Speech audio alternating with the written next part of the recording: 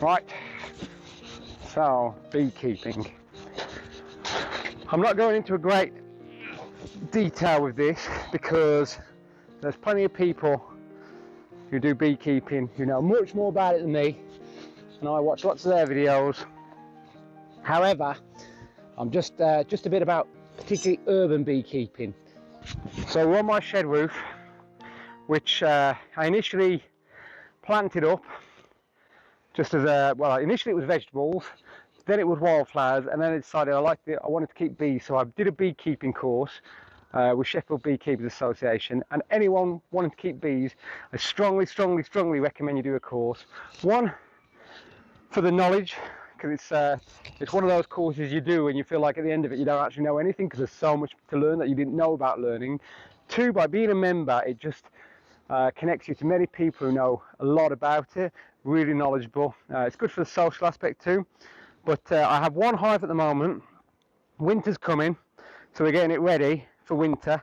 So all I'm doing now is just having a little look, making sure they've got plenty of food and stuff for winter. So hopefully they'll be okay. They seem healthy, they seem happy. So we're going to have a look. But yeah, we'll definitely do a course. But by having them up here, what works really well is, even though there's a school run there, no one knows about these being up here because they're all up and out.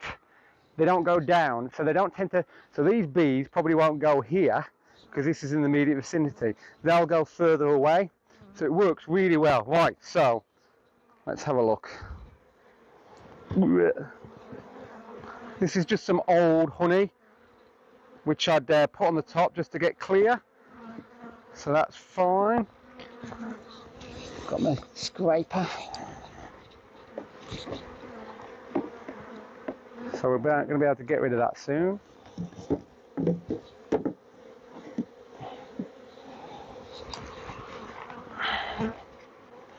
So they stick stuff together with propolis bees, so everything's always quite sticky. It's not honey, it's called propolis, which is kind of, it's this substance here.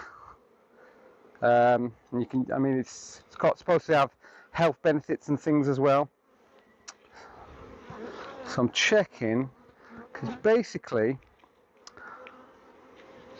they're living in here and here, and this bit is actually old honey which I want them to take down and store in that. So I'm going to take this top box off,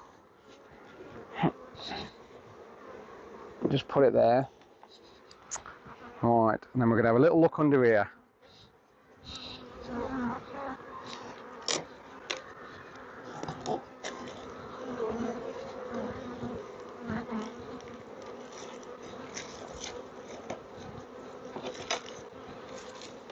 So, how are they? Let us see.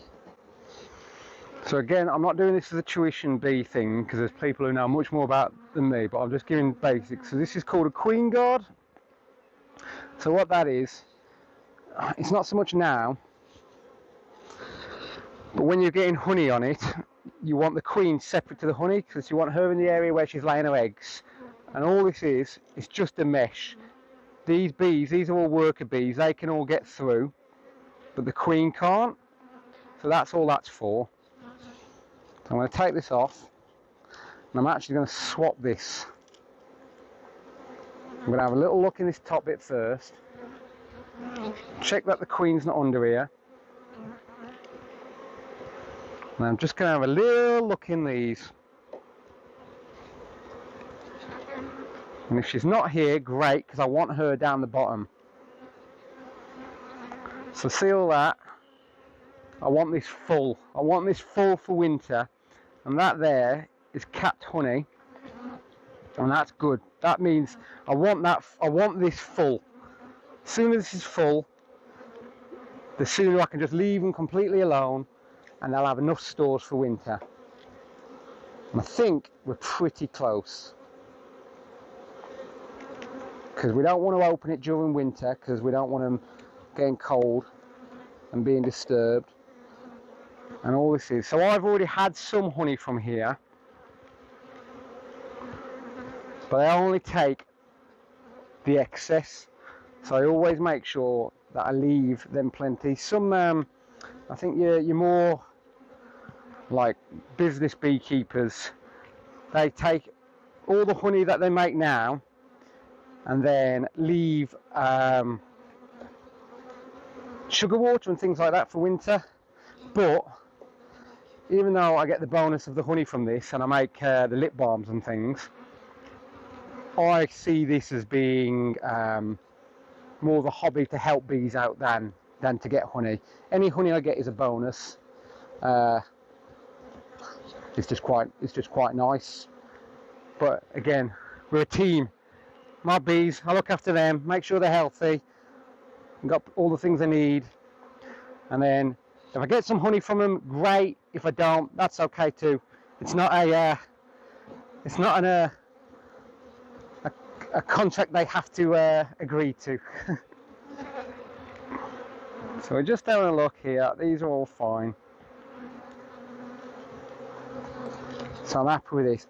I want a bit more, basically. So they've got honey in here,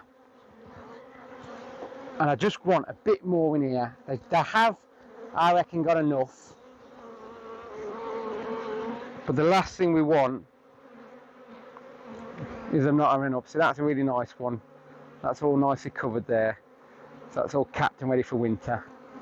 So yeah, the last thing we want is them going into winter and just, well, starving. Because so they don't hibernate, bees, they just hunker down. So if it's a sunny day, they'll go out. That's why it's worth having pollinating plants in winter too. But yeah, so if it's a sunny day, they'll go out in winter. If it's cold, they'll not. So we need to make sure that they've got plenty of stores. So I'm wearing at the moment, obviously the bee suit, and I've got marigold gloves on, and I've gone for 2 pairs because they're quite thick, but I've still got a reasonable bit of dexterity. So I'm somewhat cursed in that, even though I love gardening, I do get hay fever, and I love bees, but if I get stung,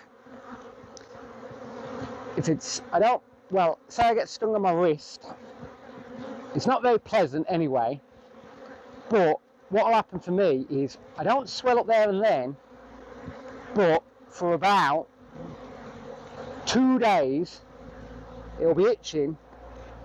So for 2 days I've got to remember, don't scratch it, and if I do scratch it, my whole hand will swell up. So I just try to not get stung, which I think is probably standard. So I'm putting this on here.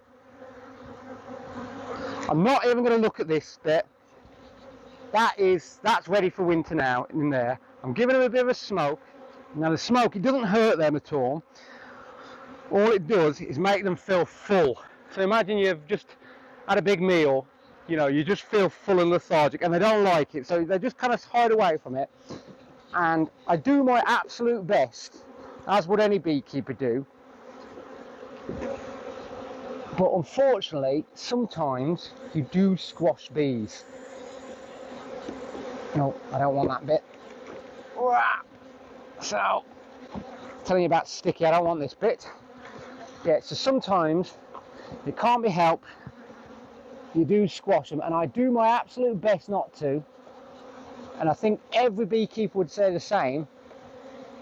Because at the end of the day, you don't keep bees because you don't like bees, do you? You keep them because you like them, and without getting into too much detail, basically bees, due to past mistakes of beekeepers, they can't survive without beekeepers now, because there's lots of diseases out there.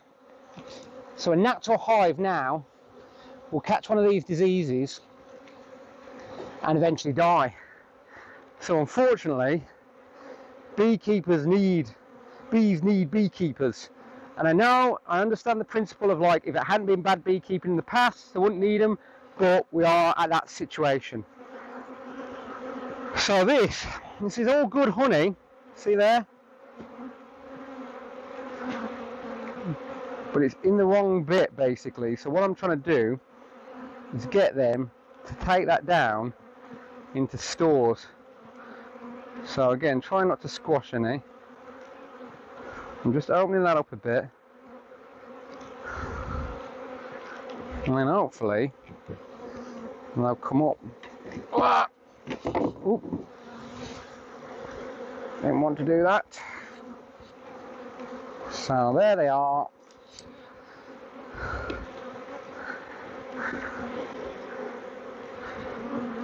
So I'm happy with how things are looking. It's a beautiful day today, and obviously they're all out and about, and they'll all be out getting pollen and bringing it back. And hopefully we are all going to be good for winter. And that is a whistle-stop tour of beekeeping. Again, don't see me as an expert on bees. I'm very much learning all the time. However, I like keeping bees, and I'd recommend keeping bees. If nothing else, because you're definitely doing something for wildlife, but if you are keeping bees, make sure you're part of a group and that you're a responsible beekeeper, because it's a hobby that you shouldn't get into blindly. I mean, even now I get a bit sometimes overwhelmed when there's a lot of bees around me. However, I do get a lot of pleasure from it. So we see from the front now, they're okay. If you have a look, you see here, you got one there, you got dark, quite orangey pollen there, other orange pollen, so you can see they're coming in. There's some more pollen, so there's about 3 different pollens you can see there. That one there is very bright. And they're just coming, they're all coming home now. You can see the wasps, some wasps around too, but everything in that beehive to me looks good. I don't think there's any problems, and hopefully they're going to be all, they look strong, they'll be good for winter, and hopefully they'll survive till spring, and we'll have another successful honey crop from them.